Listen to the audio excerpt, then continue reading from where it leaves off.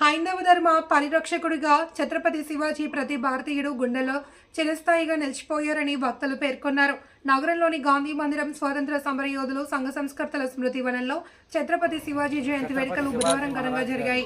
ఈ సందర్భంగా వివిధ రంగాల ప్రముఖులు వావిలాలపల్లి జగన్నాథన్ నాయుడు, బీజేపీ జిల్లా అధ్యక్షులు Siripuram Tejeswararao, Paidi Harinatharao, Nistala Narasimhamurthy, walkers international governor Konkiyana Muralidhar, doctor Chintada Krishnamohan, Paidi Venugopalam, Birlangi Umamaheswararao తదితరులు మాట్లాడుతూ భారతదేశంలో ప్రతి ఒక్కరూ ఛత్రపతి శివాజీ స్ఫూర్తితో జీవనం సాగించాలన్నారు.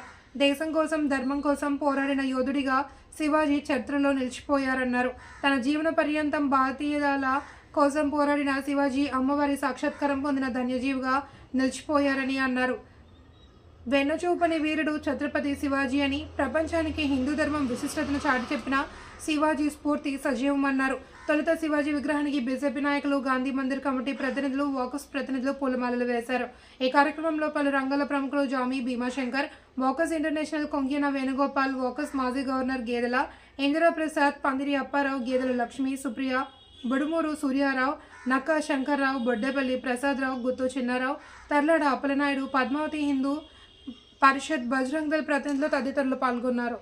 మా కుటుంబాన్ని కలిగినందుకు మీ గాంధీ మందిరం సభ్యులందరికీ కూడా పేరు పేరున ధన్యవాదాలు చెప్పుకుంటున్నానండి.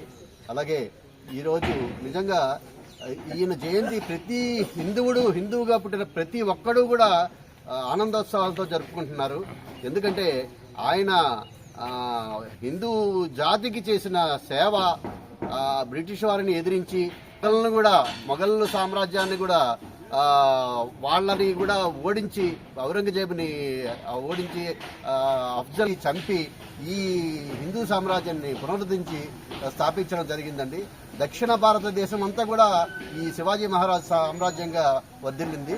అలాంటి సామ్రాజ్యాన్ని స్థాపించిన ఆ మహానుభావుడికి మనం అందరం కూడా ఈ జయంతి సందర్భంగా నివాళులు అర్పిస్తూ ఈ అవకాశం కల్పించిన గాంధీ మందిరం సభ్యులందరికీ కూడా నా హృదయపూర్వక నమస్కారం తెలుపుకుంటూ థ్యాంక్ యూ వెరీ మచ్.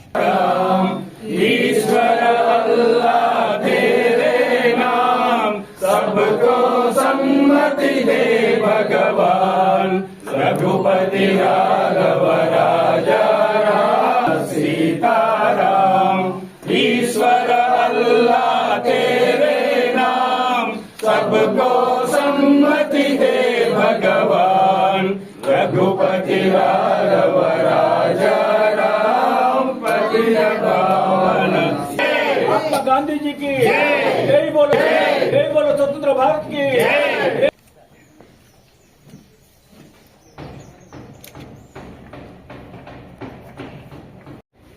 పుర ప్రముఖులకు ఈనాటి ఈ శివాజీ మహారాజ్ గారి 395వ జయంతి సందర్భంగా 395వ జయంతి సందర్భంగా ఇక్కడికి వచ్చేసిన పుర ప్రముఖులకు, అలాగే పత్రికా విలేకరులకి, అలాగే మా ఇంటాక్స్ సభ్యులకి, లయన్స్ క్లబ్ సభ్యులకి, మా మిత్ర బృందానికి అందరికీ కూడా నా హృదయపూర్వక నమస్కారములండి.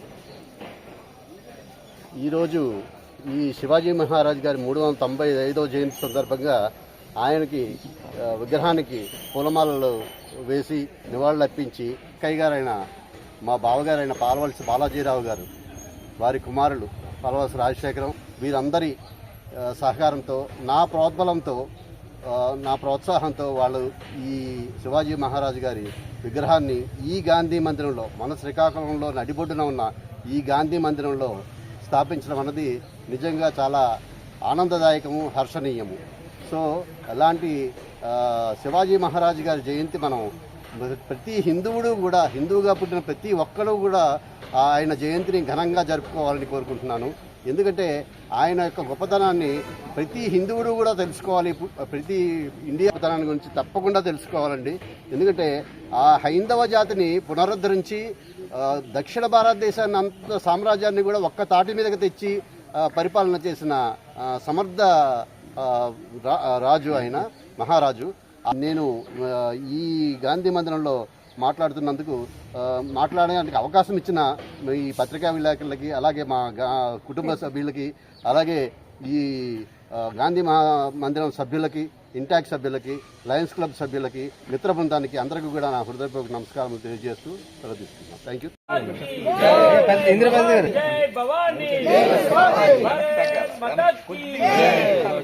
हर हर महादेव पार्वती पतिय छत्रपति शिवाजी महाराज की छत्रपति जय भवानी वीर शिवाजी जय भवानी वीर शिवाजी हर हर हर हर महादेव पार्वती पतिय छत्रपति शिवाजी महाराज की छत्रपति शिवाजी महाराज की भारत माता की भारत माता की స్మృతివనంలో గాంధీ మందిరం ఏర్పాటు చేయడం అనేది చాలా విశిష్టమైనటువంటి విషయం.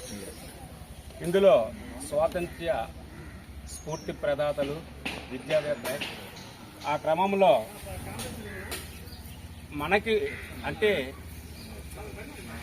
ఇప్పుడు ఉన్నటువంటి స్వాతంత్ర్య యోధులు అందరికంటే ప్రాచీనమైనటువంటి యోధుడు ఛత్రపతి శివాజీ. హిందూ ధర్మ సంరక్షణ కోసం పూనుకున్నటువంటి మహానుభావుడు. అటువంటి విగ్రహాన్ని, శివాజీ విగ్రహాన్ని స్థాపింపచేసినటువంటి, ప్రేరణ కలిగించినటువంటి డాక్టర్ కృష్ణమోహన్ గారికి, పాలవలస కుటుంబ సభ్యులందరూ కూడా ఈ విగ్రహాన్ని స్థాపించారు. వారికి మన స్మృతివనం తరపున ధన్యవాదాలు. వారి గురించి ఒక పద్యం. రాయఘట్ నగరంబు రాజధానిగా చేసి పాలించెను మరాఠ ప్రాంతం.